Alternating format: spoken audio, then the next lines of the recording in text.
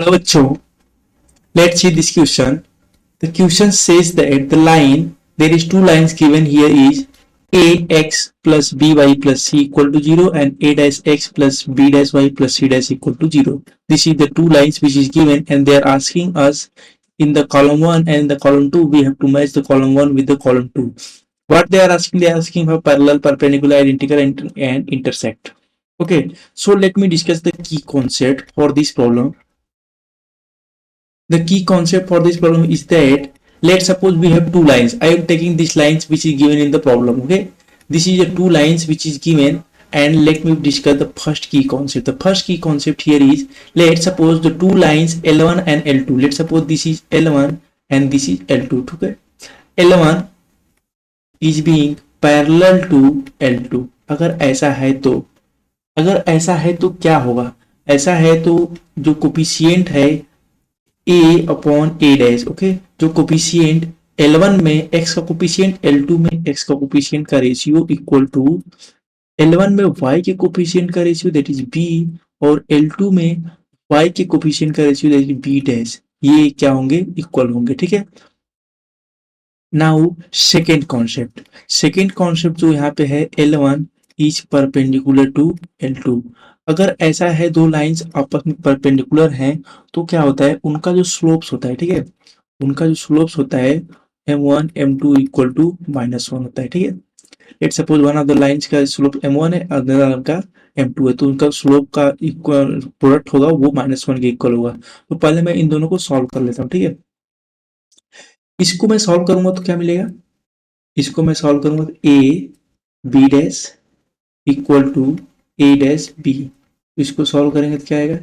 A B dash minus a dash b equal to 0. ये हमें मिल जाएगा. ठीक है. इसकी मैं अगर बात करूं तो अगर मैं इस लाइन L1 की स्लोप निकालता हूं m1, L1 की जो स्लोप है वो m1 है. ठीक है. तो इसको मैं y is equal to mx के फॉर्म में लिखूंगा. तो y is equal to mx का फॉर्म का जो जनरल इक्वेशन होती है उसमें m क्या होता है? स्लोप होता है. तो इसको मैं y is equal to mx के फॉर्म में लिखूंगा. तो देखिए मैं आपको L1 को कैसे लिख के बताता हूँ. L1 y is equal to minus a x, okay, यहाँ पे b and minus c upon b. L2 को मैं लिख के बताता हूँ आपको, that is y equal to minus of a dash x upon b dash minus of c dash upon b dash. Okay. तो m1 क्या हो जाएगा आपका? ये हो जाएगा माइनस ए बाई बी और m2 क्या हो जाएगा? ये हो जाएगा that is minus a dash upon b dash. यहाँ पुट कर दीजिए. यहाँ पुट करेंगे क्या आ जाएगा? हमें a upon b minus minus plus हो जाएगा into a dash upon b dash equal to -1. यहाँ से हमें क्या मिल जाएगा? यहाँ से हमें मिल जाएगा A dash plus B dash equal to 0. Okay. अब मैं आता हूँ थर्ड कॉन्सेप्ट. ठीक है.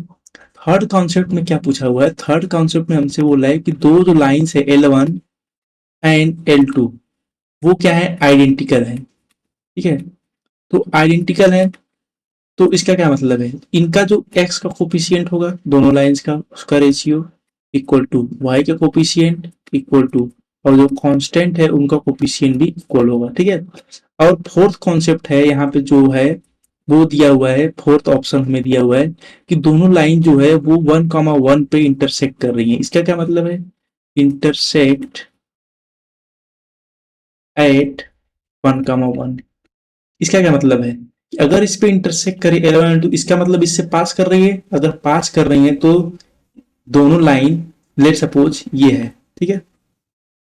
ये 1,1 है, दोनों लाइन इनसे पास कर रही है. इसका क्या मतलब हुआ? अगर दोनों लाइन इससे पास कर रही है तो दोनों लाइन का क्या होना चाहिए? दोनों लाइन इसको सेटिस्फाई होनी चाहिए. यस. तो सेटिस्फाई करा दो आप. तो हम सेटिस्फाई कैसे करेंगे?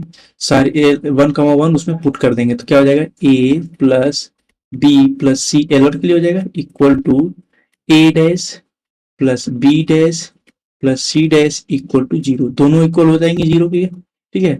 ये L1 में हमने सेटिस्फाई कराया और यहाँ L2 में सेटिस्फाई किया और दोनों इक्वल टू 0 है. अब आते हैं ऑप्शंस के मैच कराने पे। जो पहला ऑप्शन है पैरेलल, पैरेलल की बात कर रहा है तो पैरेलल में हमें क्या मिला था, a B dash minus a dash B. Okay, a B dash minus a dash b, ठीक है। नाउ परपेंडिकुलर की बात कर रहे हैं तो परपेंडिकुलर में क्या मिला था, हमें मिला था A dash plus B B dash. Okay, now identical, identical में हमने जो फाइंड किया वो तो ऑप्शन में मैच नहीं कर रहा। आप देख रहे हैं ना इससे मैच कर रहा है ना इससे मैच कर रही है, तो हमारा इंटरसेक्ट वाला इससे मैच कर रहा है, ठीक है।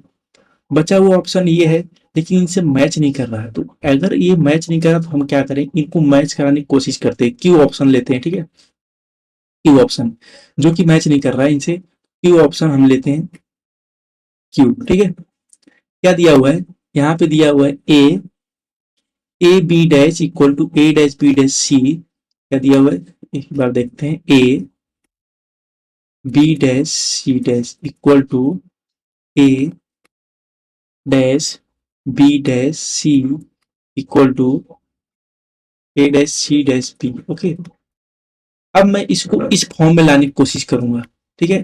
क्या करूं मैं, अगर यहाँ पे इनको तीनों को ए बी सी से डिवाइड कर दूं,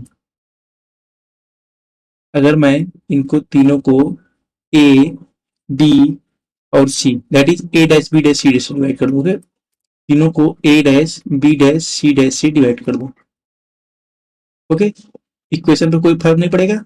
तो आप देखिए ऐसा करने से हमें क्या ये मिल रहा है, यस, ये बी डैश सी डैश कट जाएंगे, ठीक है। Let me cut it by black pen. Okay, so this will got cancel, this will got cancel here, this will got cancel, this will got cancel here, this will got a dash that is being equal to, we are missing something here, that is c dash, it should be c dash. Okay, so b a dash and c dash. Okay, so this one is okay, here also c dash, so we are getting this option. Okay, तो यहाँ पे हमने क्या किया, reverse, हमने अगर option नहीं मिल रहा था तो हमने क्या किया, रिवर्स चेक किया, रिवर्स करने पे ये ऑप्शन करेक्ट आ जा रहा है, तो ये ऑप्शन इससे मैच कर रहा है, ये ऑप्शन हमें किससे मैच कर रहा है, क्यू से मैच कर रहा है।